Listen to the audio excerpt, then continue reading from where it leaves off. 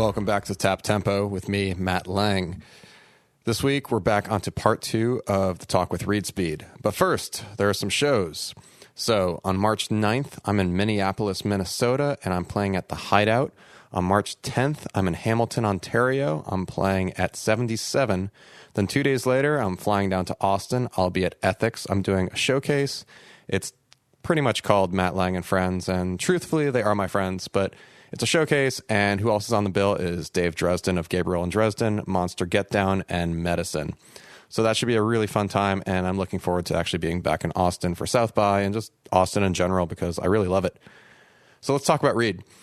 This is the second part of the conversation we had a couple weeks ago, and I personally felt that this deserved to stand on its own because she goes into her background and her upbringing, and it's heavy, it's emotional, it's intimate, and I just really want to actually personally thank Reid for allowing herself to be open like this and talk about her background so openly. So that all said, here we go to part 2 of Reid Speed. I wasn't like either. I wasn't allowed to take things apart, but I also wasn't socialized. So I was like, eh. No wonder you're a freak. Yeah, I was like told to like go do more school after school, and like I did a lot of like piano and violin lessons, but I hated them. Now I wish I had not hated them as an adult, but as a kid, telling me that I had to practice some bullshit was just not. No kid wants to do that. Being a kid was just so like shitty. It was just, my parents were they micromanaged everything. I was not allowed to do any fun stuff that normal kids were allowed to do. All of my time was micromanaged. And I just wasn't allowed to just be a kid and go play ever. Yeah. There was no such thing as, I'm going to just go play. If it was a playground, you'd be taken there by only a certain amount of known adults that would have to be within X amount of feet. Yeah. At all times, there was nothing fun. So what did you do? I made up stories. Did you have imaginary friends? No. I would just make up stories. Did you read a lot? Yeah, I read a lot. Yeah. I read a ton. I read and listened to music, but I only listened to music then. I mean, I listened to a lot as a kid because I wasn't allowed to watch TV. So I would listen to music to just be able to have things that I could relate with other kids about. Yeah. Like by listening to what was on the radio, even though it didn't appeal to me and I didn't care for any of the music that I heard, I would analyze it just so I'd be able to talk with people about stuff, which seems crazy when I look back on it. Like I wasn't allowed to watch most normal TV shows, so I couldn't. When I went to a school where we had to wear uniforms, so it's like already, the amount of things you have to discuss is super limited. Yeah, so all that was super weird. When I think about it now, I'm like, oh yeah, no wonder I turned out so fucking weird. I wasn't allowed to hang out. Like, my parents never socialized me. Like, I remember they wanted to skip me a grade, but then they were like, but we can't skip her because she talks like she's a cat and is just like hissing at people. But it just turned out I was just doing that because I was bored and they were trying to get me to learn the alphabet. And I'm like sitting there in kindergarten. Like, I already read all of Little House on the Prairie. Why are you trying to teach me the alphabet? Right. Like, clearly I know how to read, but as a 4-year-old, you don't know how to communicate that to an adult. Right. Speed read. Yeah, like, I don't know. Yeah. Eventually they figured out and they made a reading group for some of us. So that was cool. Because then they realized there was a few of us that already knew how to read and that it would be very stupid to make us learn the alphabet. Do you have any books that or what books do you think made the most significant impact on your life? I'm glad you asked this question. Okay, so when I was a kid, there was 2 books. Oh, fuck, I can't even remember the name of the second one. There was this one book called The Girl with Silver Eyes, and she was telekinetic. And I must have read that book a million times, and that book probably was the most just fascinating to think. I don't know if somewhere in the back of my head, I think that's what led me to psychedelic drugs. Yeah. Was just having that implanted at such a young age that you can move things with your mind. And that maybe it didn't literally mean that you could actually just think about something and move it, but just the fact that the human brain is really powerful. And if you think about something and do enough, you can make things. And it empowered you as a young girl who kind of felt pretty powerless. Yes. Yeah, of course. Yeah, okay. And then this other book that I read for a bunch of years, well, I cannot even remember the name of this book. This is terrible. It was just about this little girl who got sent away to boarding school. And she didn't want to go, but then it like turned out it was way better. Yeah. And I really hated my whole life when I was a kid. And once I discovered that book, I was like, oh, yes, I'm going to go to boarding school. And I did. I ultimately figured out about boarding schools and where they were, and then applied to a bunch of them without telling my parents, and then only told them when I got accepted to them. Oh, crazy. So that they couldn't be angry at me. Yeah. Or not too angry. Did you go? Yeah. Yeah. I did. Which was awesome. But then my whole life got fucked. Why? Okay, so I went to the school called Phillips Academy, which is Andover, which is like one of the top Massachusetts? 2. Yeah. Yeah. It's like one of the top, at the time, it was like the number 2 high school in the country. Yeah. Picked it because it was the only one that had no religious requirement and no dress code. Okay. All of the other ones I visited were super religious and had super strict dress codes and all this like church crap that I didn't understand. Yeah.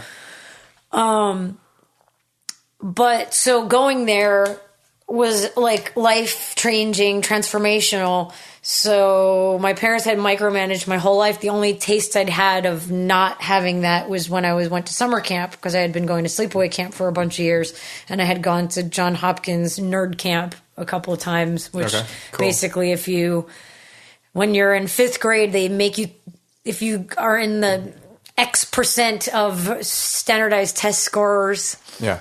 you get invited to take the SATs as a 5th grader. Yeah, and if you score in above a certain 750 or something, you can go to nerd camp. So I scored 900 on my SATs in 5th grade and went to nerd camp.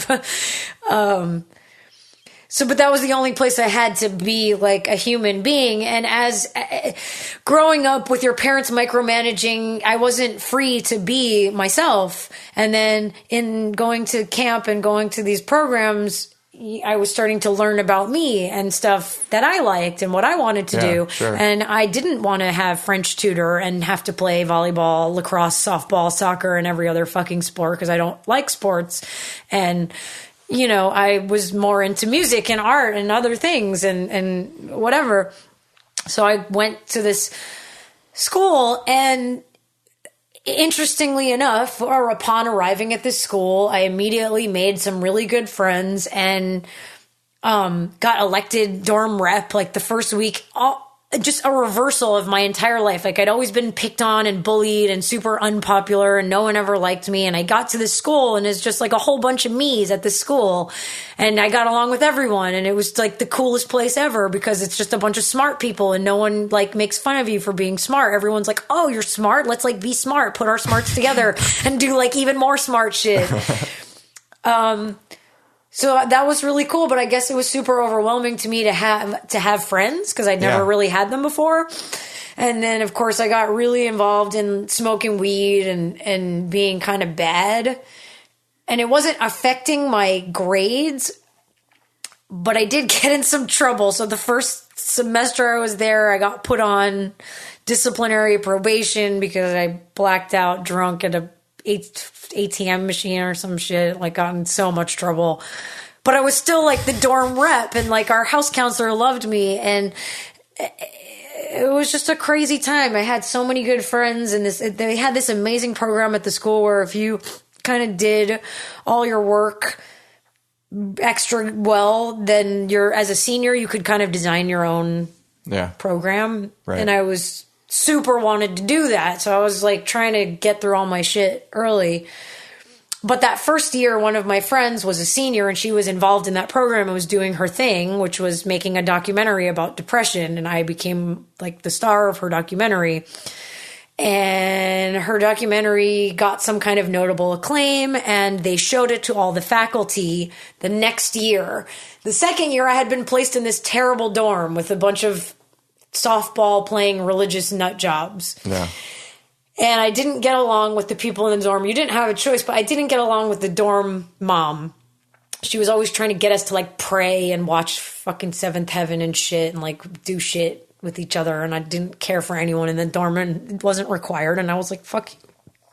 But she was like, I know you're up to something. You're up to no good. It's just a matter of time before I figure it out. And then they showed this movie, and then all of a sudden she realized that I was smoking pot, and then they did an intervention, and then they kind of told me I had to leave the school for a while. And then my parents were overzealous about the whole time off from the school thing. And then they put me in a mental institution, and then I ended up running away from home. Are you serious? Yeah, and that's how I became a DJ.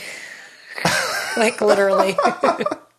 They put me in a mental institution for basically smoking pot and like being depressed. Oh my God. Instead of just talking to me about anything, because that's not the kind of relationship we had.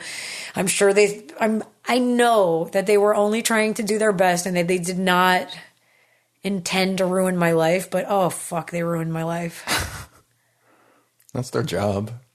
I mean, I was on such a good path at this school. Like, I had gotten into this really prestigious school and was doing very well there. Academically, like, I was doing great. I wasn't having bad grades. My school wasn't suffering because I was smoking a bunch of pot. Right. Just that my parents did not, in all of this, they didn't know me before because I had just been living as the person that has to satisfy their requirements. Right. And then I was me. When I came back from Christmas vacation, they're like, who the fuck is this? What have you done with our child? And I'm like, no, you don't understand. Like, I'm allowed to just be me at school. I don't have to deal with your bullshit there. Right.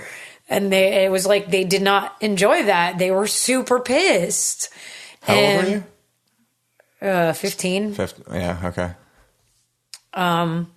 Yeah, but it was so fucked up. Yeah, they locked me away in this mental institution, and then I wasn't doing well in it, obviously, because what the fuck am I doing there? There were people with real problems there. Like, I come from a good home. My parents are still together. They never fought. No one ever hit me. No one touched me. Like, nothing. Yeah. I'd had the most idyllic, like, yeah, sure, I got bullied, but, I wasn't like this broken child. Right, and then right, I'm right. in this place where it's like girls had been, raped by their uncle at 11 and then prostituted by their stepfather at 13 and like had a baby Like by their true cousin. horror stories, Yeah. And just, just so many things like, oh, mom was a crackhead and I started smoking her crack and now I'm a crackhead. Stuff like that. Yeah. Girls who didn't eat that were dying of anorexia. I'm like, yo, I'm a depressed teenager who smokes pot. I'm not even really that depressed. I just have friends for the first time. I'm a little overwhelmed because I never had friends before.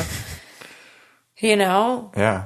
And then they said I wasn't making progress, so they moved me to a facility for children because I had been in a facility with adults and got caught trying to escape from it. So then they put me in the all children facility. And then I just realized, okay, I just have to do whatever the fuck they say and just get through this. Get through whatever I have to get through to get the fuck out of here. How long were you there for? I think I was incarcerated for like 3 or 4 months. Yeah. And then my insurance ran out. Then they could only recommend that I have to do 18 months of outpatient drug rehab. I'm like, you fucking morons.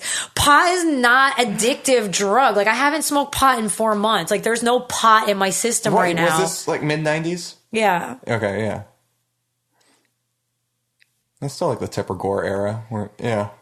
My mom really just thought that weed and heroin were the same. Still to this day, she still is like not convinced that they're not the same. Yeah. So, and they were just busy at the time, and I don't think they never, because we never had a relationship based on talking as a child. There certainly wasn't. There was no communication. They never were like, oh, let's talk about these things. It was just like, oh, yeah, we got you a new therapist. You're going to get to take the train into Manhattan by yourself. lol, psych, it was just a lie. That was their setup to get me locked into this hospital. Wow. Which was super fucked up. It was literally the first time in my life my parents had ever let me do something that I had always wanted to do. And it was a setup to get incarcerated, to be institutionalized. Like, what the fuck? When you left, did you then not talk to your parents for... No, okay, so like when I got out of the mental hospital, then they put me in this outpatient rehab thing, and I was like, oh hell no, this is not going to work out. So I immediately started plotting how I was going to get the fuck out of there, which meant I was going to run away from home. So I figured out a place that I could go. This friend of mine had a friend in Boulder, and I formulated this escape plan, and I just kept going to my rehab as I was supposed to, and like hitting all the milestones to like get your, what do you call it? Like status, like elevated so you could be on a higher status so you had less supervision. Okay. And the first day that they were not going to watch me get on the bus, I did not get on the bus, and I went to Colorado. Wow. And I was just like, fucking out of here. But then, you know, I was 15 in Colorado, like living on my own, and it was super overwhelming. I'm like, I have to figure this out. I need to try to get a job, like see about what I can do if there's school that I can go to here. Like, what am I going to do? And then the people I was staying with kicked me out. So then I was kind of living in a squat house and just kind of with some random people sometimes. And that was a really cool, fun, like, it was definitely the most exciting year of my life. All the craziest shit that ever happened then. Sure. But then I started dating this guy, and he invited me to a rave. I had been to some raves before, but I didn't understand. I really didn't. I had only gone because they were like, oh, there's free acid. And I didn't understand. I was like, oh, this fucking repetitive ass music. They just play like the same song for fucking 5 hours. What the hell is going on? This is terrible. I'm like, I don't even want to be on acid right now. But I only knew I was into like alternative music then and stuff. So I didn't know, going to boarding school, like, there was no ravers in my boarding school. So he took me to this rave, and it was actually the day my parents found me. I got the letter. The private investigator found me where I was getting ready to go to this rave, and I was like, I have this letter from your parents and rah rah. And then went to this rave. Someone dropped all my drugs in the dirt, so I ended up being sober at the rave for hours, which was amazing. I was just completely overwhelmed. I'm like, walked into this place, there's like thousands of people, and I realized I had been someone who made mixtapes my whole life. I always was a mixtape maker, sitting by the radio waiting to record that song that you want to like put on your mixtape, whatever. So it struck me that we were in a live mixtape for thousands of people that was happening right now. And I just thought that was the coolest thing ever, and just knew at that moment that that's what I needed to be doing. I'm like, I don't even know what is going on here, but I need to be the one who's like up there making the music happen. Because this is what I'm already spending my life making these mixtapes of stuff for no one, for my friends, for whoever. But you could just make this story for all the people at the same time. Seems so amazing. And then at the end of the night, I had to pee really bad, but I was like, I'm really like self-conscious, so I won't just, this was in the middle of an abandoned like riverbed in Colorado. So I had to find a dark place where there were no people to go pee. I went like behind the stage, and I guess that was some kind of like VIP area, or I don't know. And then I was there, and then someone's like, do you want the ecstasy? And I had no idea. I'd never heard of ecstasy as a drug, like had no clue. I was like, yeah, sure, whatever, sounds great, ecstasy. And he like gave me a pill, and I took it, and then I went to pee. And by the time I was done peeing, like, holy crap. And then DJ Dan went on. It was crazy. So I don't even know what kind of music they were playing all night. But then DJ Dan came on and switched it to breaks. Kind of that funky breaks, like that West Coast. I don't know. It was just a unique thing to the West Coast at that time that we didn't have on the East Coast, and I didn't know anything about. But it was different from all the other music the whole night. And I thought it was super cool, and I was super stoked about it. And then the party was over, and I was flying still on all these drugs. And so when we went back to this guy that I was dating, his house, I was like, I'm going to go to 7-Eleven. I just need you to leave me your whole music collection. And I made myself my first techno mixtape from all of his music. And that was it. I was super hooked. I was like that. I knew that's just what I was meant to be doing. Right. Like I had never felt that way about anything. Like, oh my God, this is a thing that was made for you to be doing. Well, I guess then you kind of found your community too. It took some time. I didn't immediately find it then. I mean, it was cool to have people and go to raves in Colorado. And then when I got sent home, I started going to raves in New York and all that stuff. But yeah, it took a while because I didn't know anyone. I would just go to these parties by myself, and the kids in my high school were not hip to it. And I didn't really want them to go anyway because they were all kind of stupid.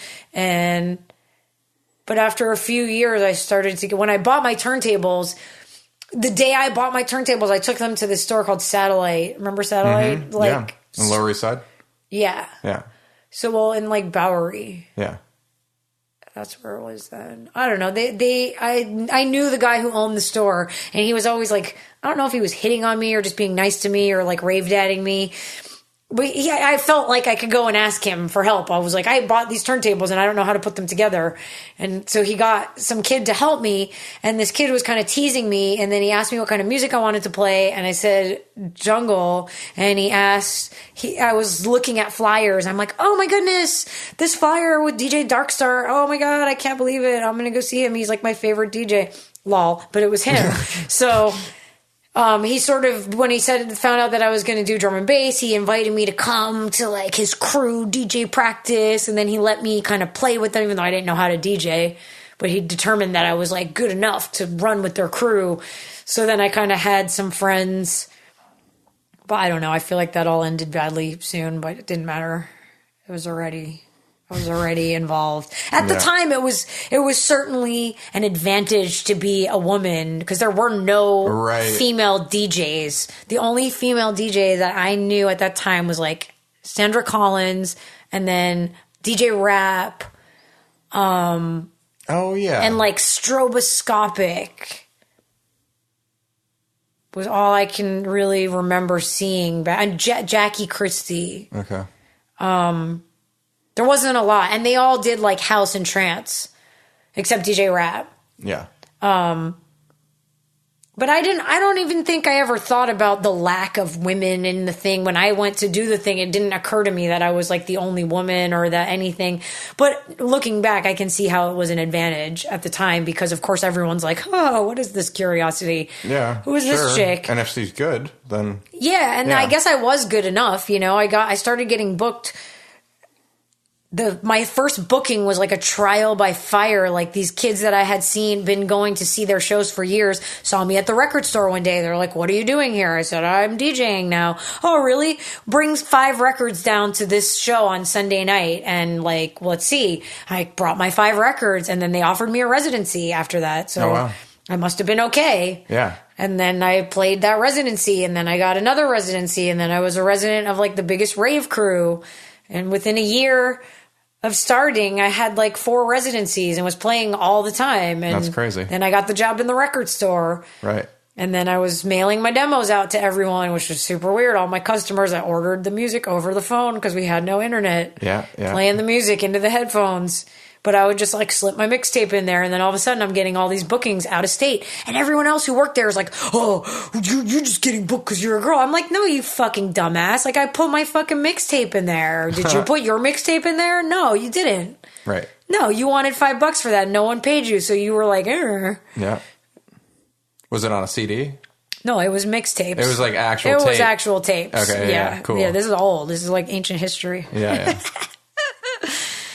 Yeah, I don't think they were allowed to sell CDs back then. It had to be a CD. Like people, right? They wouldn't like sell a mixed CD. Right. Super weird. That's crazy.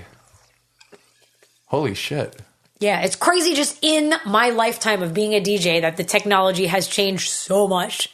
Oh, yeah. Like, literally, from me wanting to be a DJ, it was record freaking songs off Hot 97 to make a mixtape, to, you're making a mixtape with your turntables, to, okay, you're making a mix CD. Sure. To now you're playing on CDs, to now, like, we just play on fucking USB. Right. And you used to have to carry 50 pounds of shit everywhere you went, and now it's 2 ounces in your pocket. It's like nothing. Yeah. That's amazing. It is.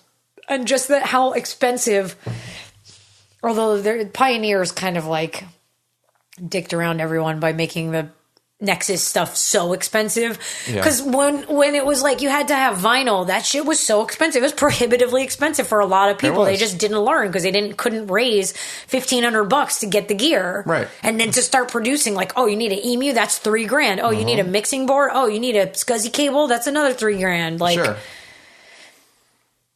So now the barrier to producing is really low.